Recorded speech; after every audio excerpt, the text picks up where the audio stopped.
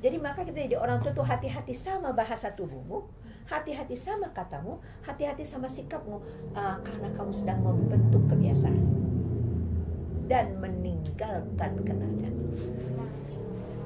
Pengasuhan itu intinya cuma dua itu. Kita membentuk kebiasaan itu dan meninggalkan kenangan. Ketika kamu sholat, kamu ngingat dulu orang tuamu bagaimana mengajarkan sholat. Nah, kenapa sekarang kamu jadi benci sholat? Karena dulu orang tuamu pengajaran sholat di kasar. Ibu kenapa sekarang suka masak? Dan kalau misalnya cucu ibu pulang atau anak ibu pulang, ibu ada makanan gitu ya. Sekarang apalagi gampang banget ya, tinggal beli atau tinggal tanya nanti kalau pulang sekolah mau makan apa, misalnya gitu kan. Karena orang udah capek banget itu. Iya kan? Minimal es puter. Ya, atau apa lagi tuh. Ya, jadi kenapa? Karena dulu ibu waktu kecil pulang sekolah dapat roti panas. Ya kan? Sekarang bisa bikin panekuk, apalah. Pokoknya apa aja lah, gampang deh pokoknya. Itu kan tinggal lihat di Google loh, tinggal aduk-aduk jadi. Betul. Jadi nggak mesti sesuatu yang sophisticated. Jadi parenting is all about wiring, ya. Terus bagaimana membentuk kebiasaan dan meninggalkan kenangan. Kebiasaanmu sekarang apa? Ya, kenanganmu apa tentang kebiasaan yang dibentuk itu. That's it. Jadi bagaimana dia nggak siap sama sekali. Jadi dia jadi generasi kalian ibu ragukan kalian siap apa enggak, kan berasal dari ayah ibu yang nggak siap. Jadi kalau kalian sekarang mau, ya kalian harus berubah untuk menyiapkan diri. Jangan pernah mengulang sejarah buruk. Jangan pernah mengulang sejarah buruk. Ciptakan sejarahmu sendiri. Mantap. Iya kan? Betul. Iya. Next. Mantap. Wah, tadi teman-teman. Aduh, siapa yang tarik nafas juga? April juga. Mantap, keren banget Bu tadi. Parenting is all about wiring. Yang tadi dikatakan bahwa kebiasaan kamu itu akan menjadi kenangan. Ya Bu ya? Iya. Kebiasaan kamu akan mengingatkan kamu pada sesuatu. Dan itu akan diterapkan ke anak kita selanjutnya. Betul. Hati-hati kamu membentuk kebiasaan, meninggalkan kenangan. Membentuk kebiasaan dan meninggalkan kenangan. Buatlah kenangan yang indah. Mantap. Sehingga mengikat cinta dan kasih sayang. Membawa sakinah mawaddah warahmah. Iya, dan dapat rahmat dari Allah. Ibu keren banget. Mantap Ibu. Masya Allah, tabarakallah. Oke, nah selanjutnya nih kita masuk ke sesi fact and myth. Ya, fact and myth kita sebutnya Bu. Fakta dan mitos. Jadi gini, kita balik ke Ibu kan udah pengalaman banget nih Bu di dunia psikologi dan teman-temannya. Nah, boleh dong Bu kita sharing fakta-fakta menarik yang ada terkait dengan keluarga gagal ini, dan mitosnya tuh gimana? Misalnya ada yang pendapat yang salah, mohon diluruskan. Jika ada fakta yang benar gimana? Mangga, boleh dijelaskan. Itu luas sekali. April Ya. mau yang ke arah mana dan bagaimana? Boleh dari sisi yang fakta dulu. Pernah kejadian seperti apa, contoh keluarga gagalnya, bagaimana nanti dia keluarnya, atau yang sudah pernah Ibu dapatkan misalnya. Yang paling gampang gini ya, ibu-ibu yang tidak siap ini tadi, dan orang tua yang tidak siap itu, jadi nggak siap juga gitu loh untuk ngasuh anaknya kan, gitu. Nah dulu karena ibu ini yang paling mengena deh kepada kalian ya, yang pada kuliah atau lagi belajar. Dulu mama itu mengukur mamamu, atau ini mamamu sekarang, mengukur keberhasilanmu dari pencapaian akademis. Dari reputasi akademis. Sejauh ini. Iya, iya kan. Jadi maka sekarang ibu-ibu yang sekarang ini pokoknya anaknya dia maunya yang terpinter, terkeren, ya, terhebat dan ter lainnya. Gitu. Dia nggak melihat dalamnya. Apakah untuk mencapai yang ter itu anak itu bahagia apa enggak? Jadi kata kunci bahagia itu hilang dari khazanah pengasuhan. Contohnya, ibu dan bapak, ibu bapak nih kalau ibu seminar, ibu bapak menginginkan anak yang bagaimana? Ayo sekarang, kalau menginginkan anak yang bagaimana? Pasti bilang yang pintar, yang hebat, terus apa lagi? Yang takwa, yang jarang yang soleha, terus pintar bergaul, ini itu, nggak ada. 1000 orang ditanya yang jawabnya bahagia. Itu contohnya udah gitu. Coba deh, sekarang nanti kalau ketemu orang-orang di jalan, ibu, anaknya bagaimana ibu harapkan gitu. Coba keluar nggak kata bahagia. Entahlah sekarang parenting udah apa menyebar luas dulu gitu loh. Sampai 10 tahun yang lalu nggak kata bahagia nggak keluar. Nah, jadi reputasi akademis, maka kamu akan dilihat kamu ranking berapa, tetap di ranking itu apa turun gitu loh. Oke, gitu. Jadi aspek lain tentang kamu gak terpeduli, terutama yang paling penting manusia itu harus ingat banget. Yang paling penting manusia itu adalah perasaannya. Kalau perasaannya diterima, dia merasa seluruh dirinya diterima. Tapi kalau perasaannya diabaikan atau ditolak, dia merasa tidak diterima. Jadi jangan main-main sama perasaan. Ya, jadi perasaan itu yang mesti harus dikenali, bukan keberhasilan akademis. Nah, jadi karena fokus kepada akademis ya, dan unfortunately negara ini kurikulumnya itu dibuat sangat berat sehingga Kurtilas itu kurikulum 2013 itu difahami sama seluruh guru aja itu belum. Ya, tapi dia udah harus dijalankan. Nah, misalnya saja ya, anak kelas 4 itu matematiknya udah belajar tentang faktor. Iya, faktor persekutuan. Iya, habis itu udah dapat faktornya, terus faktorisasi. Dulu ibu kelas 4 belajarnya tambah-tambahan sama kali-kalian doang gitu. Sederhana, makanya gue bebas merdeka nggak kayak lo. Ya, betul. Ya kan? Nah, jadi sudahlah itu kan berat. Waktu dibawa pulang, ibunya nggak ngerti bagaimana caranya. Jangan kan nggak ngerti ya, ibunya nggak ngerti. Ini cucu ibu nih. Ibu lewat ke dapur. Mereka baru pulang dari luar negeri kan. Mama, faktor apaan? Hah? Faktor? Kan gue dulu belajar kali tambah bagi kurang. Kelas 4 belajar faktor apaan? Faktor dari ini gini. Terus mereka cari di Google. Anaknya dia aja. Orang nggak ngerti karena baru pindah ya. Tapi yang ibu bayangkan, seluruh ibu-ibu di Indonesia mengalami hal yang sama. Dia nggak ngerti faktor, apalagi faktorisasi. Jadi karena dia cemas, ini baru satu mata pelajaran, satu subjek dalam matematika, ya kan? Betul. Jadi besoknya ada lagi persoalan yang lain yang kita nggak ngerti. Akhirnya ibu ngapain anak ibu? Karena ibu nggak bisa ngajarin dia. Ayahnya apalagi udah pulangnya malam nggak ketemu, ya kan? Ini si ibu nih abis nih tenggelam nih sama bebannya nih, ya. Udah ngurusin rumah, antar jemput anak sekolah, bla bla bla bla bla. Jadi ibu nggak bisa menolong kan? Ya, apa yang ibu lakukan? Ya, nyuruh anaknya les. Iya, iya. Atau Lo les berapa macam pelajaran lo sampai jam berapa? nggak pernah les. Oh, bagus. Nggak pernah les. Berarti Belajar pinter banget. sendiri. Enggak sih. Jadi kebanyakan ibu-ibu ngelesin, anak udah sekolah 8 jam, tambah les lagi 3 jam. Lo jadi apa? Sepet bu, belajar mulu. Iya, belajar dulu. Abis itu kata ibunya begini, nih gue kesian, anak gue kan masukin SDIT ya Allah pelajarannya berat banget, gue sampai monyong-monyong nih. Terus jadi gue udah deh gue lesin aja deh tuh anak deh. Itu lesnya mata pelajaran, rada-rada nggak? Itu kalau ibu bilang gitu dia baru nggak, iya ya bu ya gitu. Jadi makanya mereka bilang ibu-ibu muda itu kalau ketemu boy itu kayak ditampar-tampar. Padahal cuma sesederhana itu logikanya. Kenapa dia dulu besarnya dengan emosi, jadi pikirannya nggak jalan. This is about the mental health issue of the parents. Kalau mau ditarik-tarik lagi tadi soal kesiapan menjadi orang tua dan sebagainya, because they have been raised seperti itu.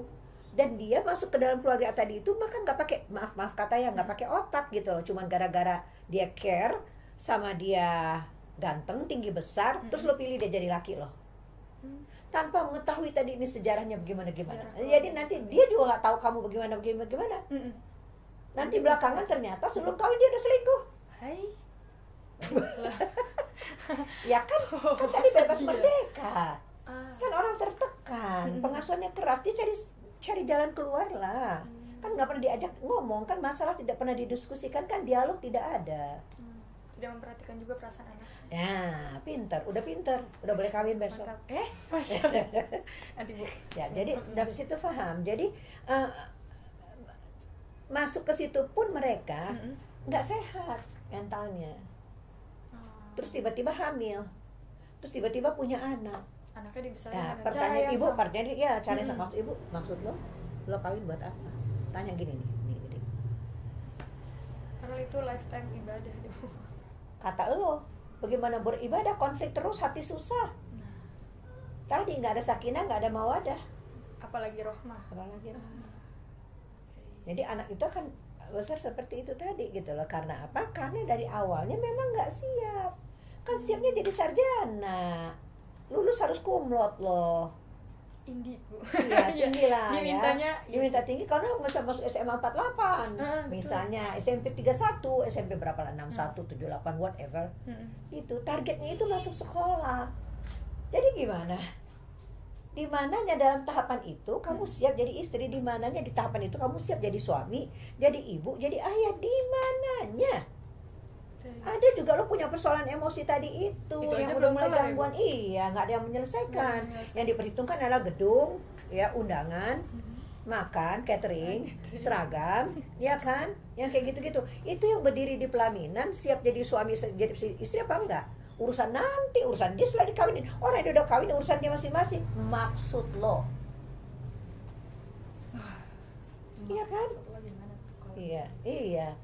Jadi mulai deh lo bergabung dua kepribadian berbeda dengan latar belakang berbeda yang tadi itu pengasuhannya nggak karu-karuan. Masing-masing kan kita punya backpack kita tuh masing-masing tuh. Dari keluarga tadi. Iya, semuanya kan. Ketemu di sini bentrok lah, nggak habis-habis. Nggak ada yang selesai itu. Nggak ada yang ibadah ya Bu jadinya. Berantem doang isinya. Ya. Terima kasih. Kalau jangan pegang kata-kata aja. Ya membumi gitu. Iya supaya ibadah. Maksud lo nyerika, lo kagak masak, lo masak lo nggak nyerika. Ya suaminya mau bawa nasi ke kantor, nasinya gosong, dipulangin tuh bini sama suaminya ke rumah mertuanya, Bu, saya minta bawa nasi, udah terlambat, nasinya gosong. Ya nasinya matang, lauk nggak selesai. Ya, habis itu nyuci nggak nyerika nggak nyuci nggak masak, karena lo habis waktu, lo nggak terampil. Lo nggak tahu time management in housework. Lo nggak tahu, lo kan taunya cuma belajar doang. Abis lo berat, lo pergi les, ya kan? Jadi lo belajar jadi bininya kapan? Apalagi jadi emak, lo nggak kira-kira. Jadi emaknya ngulang lagi tuh jadi anak yang kenapa wiringnya dari awalnya wiringnya nggak bisa, nanti dulu dicubit dulu, dipukul dulu, dikasih ya konsekuensi gitu. Terus sejarah berulang dan berulang. Terus sampai keturunan yang kebiasaan buruk terbentuk, kenangannya negatif. Iya kan? Kebiasaan terbentuk, kenangannya negatif. Iya, tadi kan yang kita buat, yang kita tinggalkan pada anak kita itu adalah kebiasaan dan kenangan yang indah. Kebiasaan yang baik dan kenangan yang indah. Sekarang kebiasaannya tidak terbentuk. Ya, kenangannya buruk. Lo bukannya kepompong jalan, dalamnya kosong.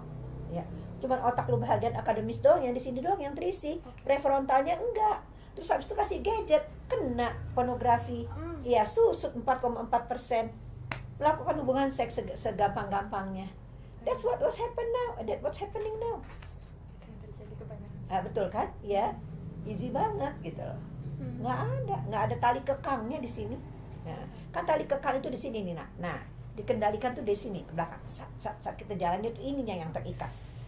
Ini nggak terikat, bebas merdeka. Nanti kalau nggak tadi udah bebas merdeka, akan menciptakan rasa bahagia gitu.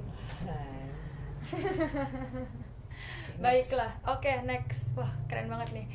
Nih mungkin April agak out of topic dikit, tapi tadi April tertarik sama statement ibu yang bilang kalau belajar doang, cuman terus-terusan di akademis, jadi akademis doang. Iya. Nah, jadi pinternya mah akademis nggak usah nggak usah dipertanyakan. Ya, masuk perguruan tinggi ternama, lulus cum laude, tapi biasanya anak-anak ini di semester 4 udah mulai goyah. Ya, atau kalau kalian udah semester 6 di mana kalian harus kerja mandiri, mulai bikin skripsi dan sebagainya, ngilang kan lo kebanyakannya, kalau nggak bunuh diri. Udah terlalu capek. Dan untuk bekerja sendiri itu, apalagi disekolahkan di luar kota, semuanya mesti sendiri. Lo punya bekal dari mana? Nasi gitu, mie datang, sepatu datang, iya kan? Lo kan udah di-equip sama sebuah sistem yang rutin, mekanistik, dan lupa. Dan lupa menjadi bagaimana menjadi orang tua yang baik. Boro-boro jauh amat. Jadi bini sama laki aja belum tentu. Nah, kalau menurut ibu sendiri, seberapa pentingnya kita belajar menjadi seorang istri dan suami yang baik di usia, misalnya di usia April nih, ibu? April jawab sendiri dari semua uraian ibu. Penting nggak menurut April?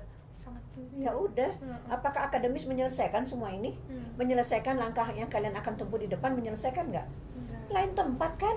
Iya, tadi aja di tangan aku udah begini. Ayo, tangan aku udah begini. Taruh sini, di atas kuping. Baik. Ini occipita, bagian otak namanya. Occipita, Ini bagian untuk keberhasilan akademis. Mm-mm. Oke. Ini sekarang pegang sini. Ya. Ini nilai, moral, ya. Kemampuan berpikir, mengambil keputusan mengenai konsekuensi, mengontrol diri di sini. Kan ini nggak ada yang dilatih.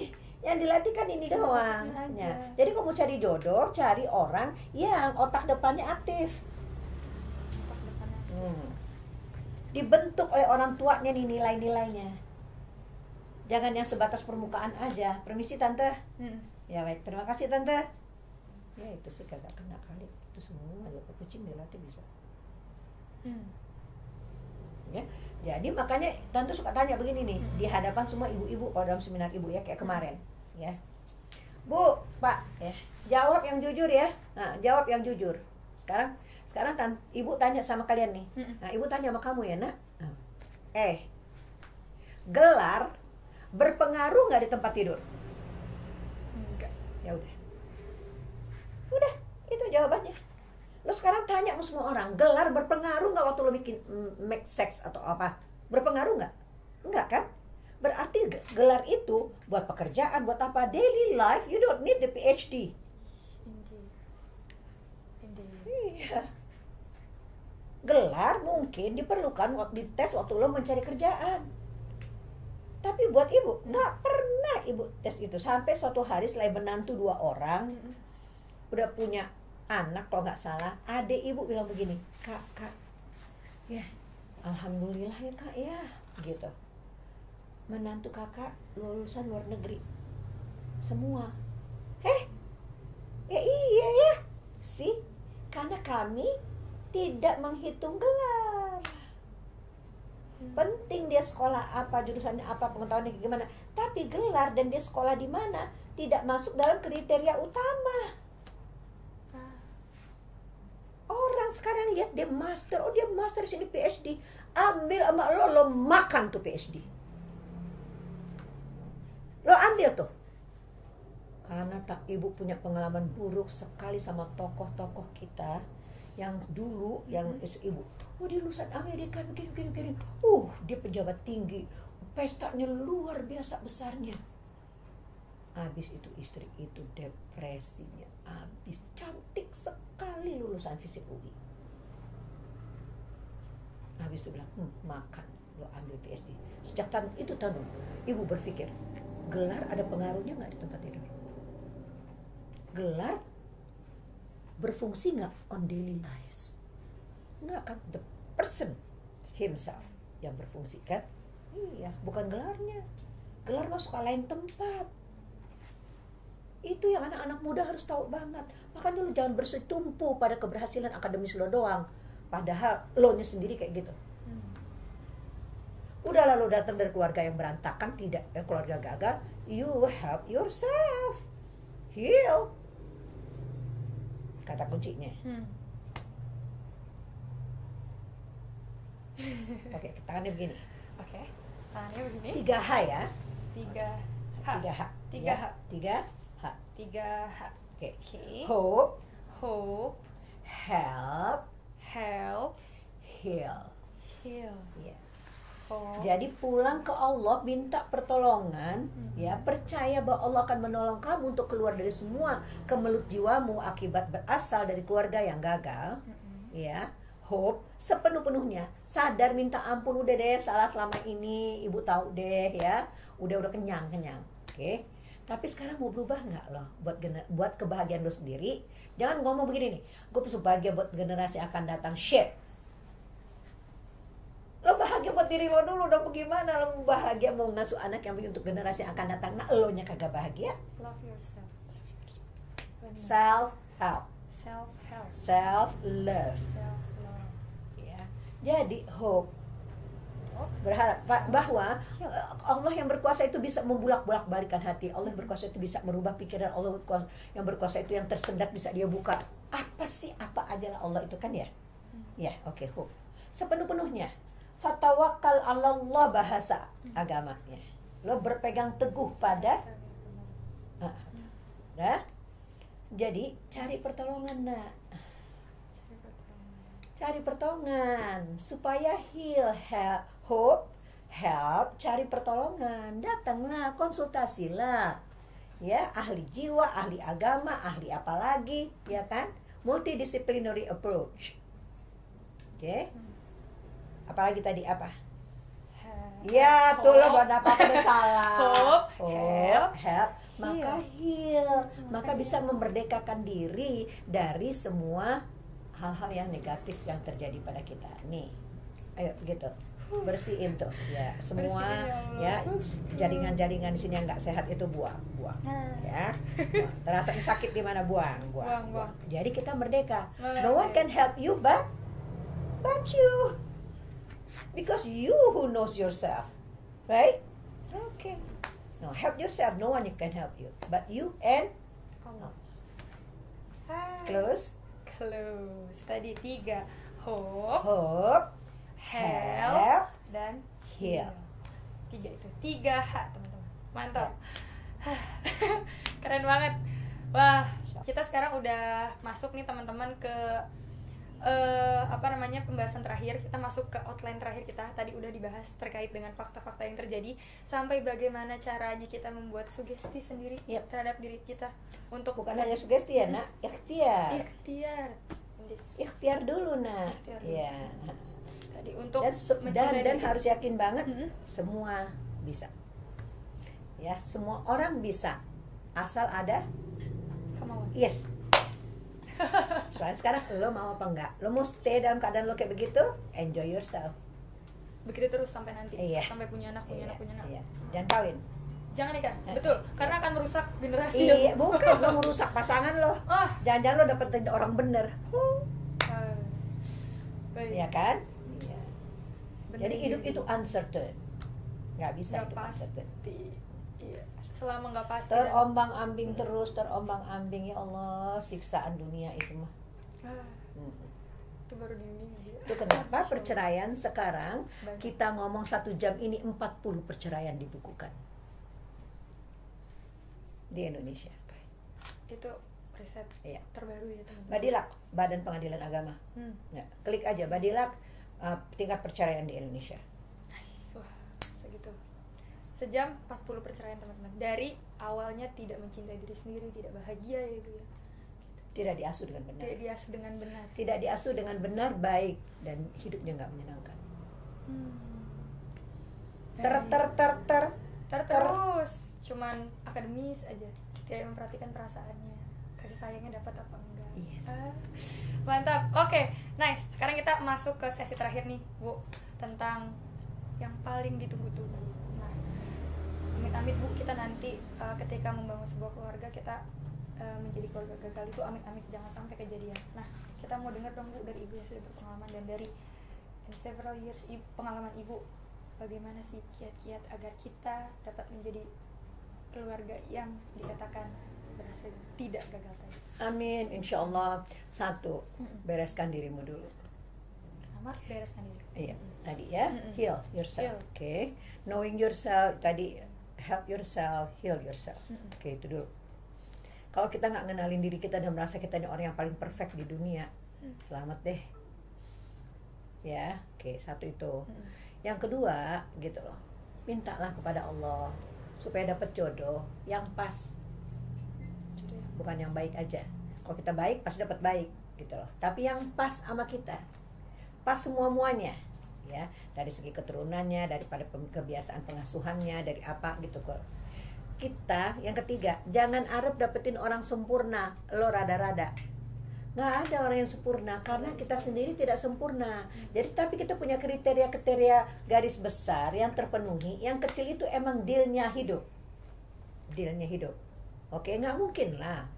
Siapa yang perfect? Nggak ada yang perfect, nggak ada. Tapi pokoknya garis-garis besarnya tadi itu yang udah kita omongin itu kepenuhin. Artinya bukan hanya yang keempat, bukan hanya pilih pasangan, pilih mertua. Itu yang belum ada nih dalam khazanah sekarang ini. Lo lihat cantik kayak itu tuh, cantik, ganteng, care. Ternyata emang dia woman, apa namanya? Suka perempuan. Womanizer. Ya, jadi dia care lah. Mana-mana yang tadi dia suka dia tinggal tempel. gitu. Kok dinilainya dari situ? Nggak gini nih maksudnya Bu, karena hidup dengan perasaan aja tadi itu is mental health issue, maka nilai orang itu permukaan amat gitu loh, nggak mendalam gitu. Kenapa? Nggak pernah diomongin sama keluarganya, nggak pernah dibahas. Tidak ada dialog. Kalau kami, anak kami bilang dia suka sama seseorang, kami lebih dari 8 kali pertemuan cuman ngebahas itu doang. Terus oke, setuju? Benar, itu oke. Apalagi yang kamu mau tahu tentang dia? Oh misalnya anak tante bilang, semuanya udah oke, semua udah diteliti lah ya, ibadahnya, keluarganya, semua begini, ayahnya begini, ibunya begitu, terus semua. Yang kita bisa ekspektasi. Terus dia bilang, satu lagi deh, dia bilang, aku pengen ngecek gimana dia marah. Hah? Ngecek dia marah? Gitu. Serius, dia bilang. Tahu nggak konsekuensinya apa? Tahu, dia bilang. Apaan? Putus. Ya nggak? Kalau yang lainnya dia bisa pertimbangkan, oke, tinggal ini dia nggak akan sanggup dan ini akan mempengaruhi yang lain, konsekuensinya putus dong. Padahal kita udah bersusah payah nih sampai di sini nih, ngerti nggak? Cuman satu lagi dia bilang, berarti kan udah 9. Kalau misalnya ada 10 aspek, dan itu bikin yang 9 ini gagal, ya kita lihat nanti mah reaksi dia bagaimana. Oke, asal kamu tahu konsekuensinya putus ya. Oke, bilang dulu sama ayahmu. Bilang sama ayahnya, saya mau ngetes. Segitu pentingnya kata ayahnya. Karena yang 9 tadi ini bobotnya berat banget. Iya kan, keimanan, keluarga, semua. Ya sudah, kalau itu konsekuensinya kamu mau ambil, cuman kata ayahnya ini dari perspektif laki-laki ya. Keluar dari perspektif laki-laki apa. Tadi kan perspektif perempuan. Ibu kan sama anak ibu perempuan. Jadi emang itu besar. Kalau gue tahu marahnya gue kagak sanggup, gue mendingan kagak jadi. Gitu kata gue. Kata ayahnya, ini perspektif laki-laki ya. Gitu. Dah. Mau jalanin juga? Iya, kata dia bilang. Otak perempuan kata ayahnya. Ya. Tapi it's important for me, not important for you, kata anaknya ke ayahnya. Persoalan itu dibahas, dipecahkan, dikasihkan alternatif. Banyak keluarga enggak, itu tadi nyiapin wedding, gedung, catering dan sebagainya. Sudah. Jadi dia jalanin lah itu. Berapa lama? Kita tanya berapa lama lagi? Ini udah 3 bulan itunya apa? Ta'arufnya udah 3 bulan. Ya, too long ya. Kami keluarnya cepet. Ya pokoknya segitulah 3 bulanan untuk apa kalau long distance gitu agak sedikit lama lah. Terus oke, gitu kata ayahnya. Oke, bismillah, gitu, bismillah. Terus dia bilang, oke, aku sanggup. Bayangkan ibu nggak bisa ngebayangin tuh calon menantu ibu tuh dulu marahnya kayak apa, dibikin kayak apa gitu lah sama anak ibu. Terus dia bisa menyesuaikannya kembali. Sampai segitu. Karena itu menentukan your daily life. Ya, terus bisa. Dan banyak aspek lain. Kalau anaknya begini begitu, target pengasuhan anak bagaimana, semuanya harus dibicarain. Jadi sebagai salah satu contohnya adalah ketika anak ibu mau menikah dan setelah kita cek lagi apa saja yang sudah selesai dan yang belum selesai, yang masih ingin dia selesaikan dengan calonnya itu. Baru setelah itu selesai nanti kita suruh ngelamar. Maksudnya suruh datang ngelamar, ya, terus kemudian kita datang juga keluarga dia untuk tahu suasana keluarganya kayak apa gitu. Nah dia bilang semuanya sih udah hampir selesai, cuma satu lagi belum. Apaan? Belum tahu kalau dia caranya marah gimana. Hah? Gitu ya. Jadi kamu mengetes dia marahnya gimana? Iya. Oke. Kamu tahu nggak kira-kira resikonya apa gitu? Ya tahulah apa. Putus, nggak jadi. Kamu mau ambil resikonya, udah perjalanan segitu panjang gitu. Ya daripada ntar kita nyesel, dia bilang, wow, yang akan hidup dia, bukan kita, bukan kami, ya kan?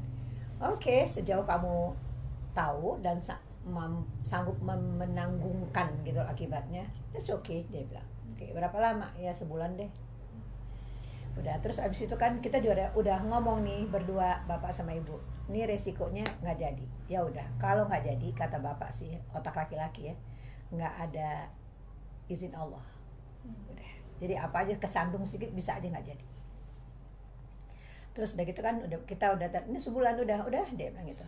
Kok oke aja kedengarannya, ya oke lah, aku netralisir. Maksudnya dampak itu netralisir, dia mengatakan bahwa ini dibuat-buat karena Kalau nggak saya nggak tahu gimana caranya kamu marah. Kira dikasih tahu di ujung. Kasih tahu di ujung. Jadi tetap nggak ada berdampak gitu. Ya alhamdulillah lah, tapi kan namanya hidup ya, kita nggak dapat surga kalau kita nggak sabar. Untuk sabar kita harus dapat ujian. Jadi setelah itu semua selesai, kita ya la haula wala quwata illa billah ya. Surga itu nggak didapetin kecuali dengan kunci sabar.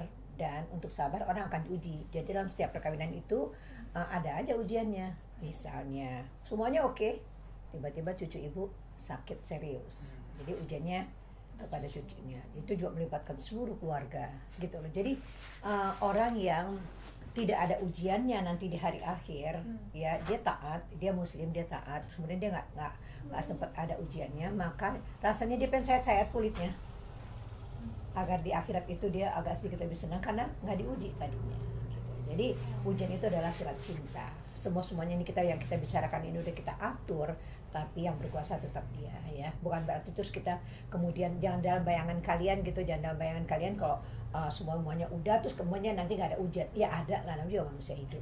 Oke, tapi jangan kita segitu nggak siapnya sehingga kita tidak sanggup menanggungkan yang sebetulnya bukan ujian Allah, tapi adalah karena kita melakukan kekeliruan dan kesalahan itu ya. Oke, itu mungkin kiat-kiat sekaligus closing statement dari Ibu ya. Oke, untuk webinar kali ini mungkin cukup itu aja ya Ibu ya. Terima kasih banyak. Terima kasih banyak juga Ibu Elit untuk sharing-sharingnya hari ini. Masya Allah, keren banget. Banyak sekali pasti teman-teman sobat kerja semua di rumah yang nyatet banyak banget poinnya. Semoga bermanfaat. Nanti kalau masih ada pertanyaan setelah lihat videonya nanti, boleh ditanyakan di grup WA yang sudah kita buat nanti, gitu ya. Oke, jangan lupa juga ikuti terus webinar series kita. Setelah ini ada webinar series ke-10 yang temanya itu Heaven at Home. Tadi kita udah ngomong soal what's wrong with my family, sekarang ngomongin soal surga yang ada di rumah. Baiti Jannah. Iya. Harus ditonton, harus disimak. Gitu. Oke, assalamualaikum. Saya tutup. Assalamualaikum warahmatullahi wabarakatuh. Assalamualaikum warahmatullahi wabarakatuh.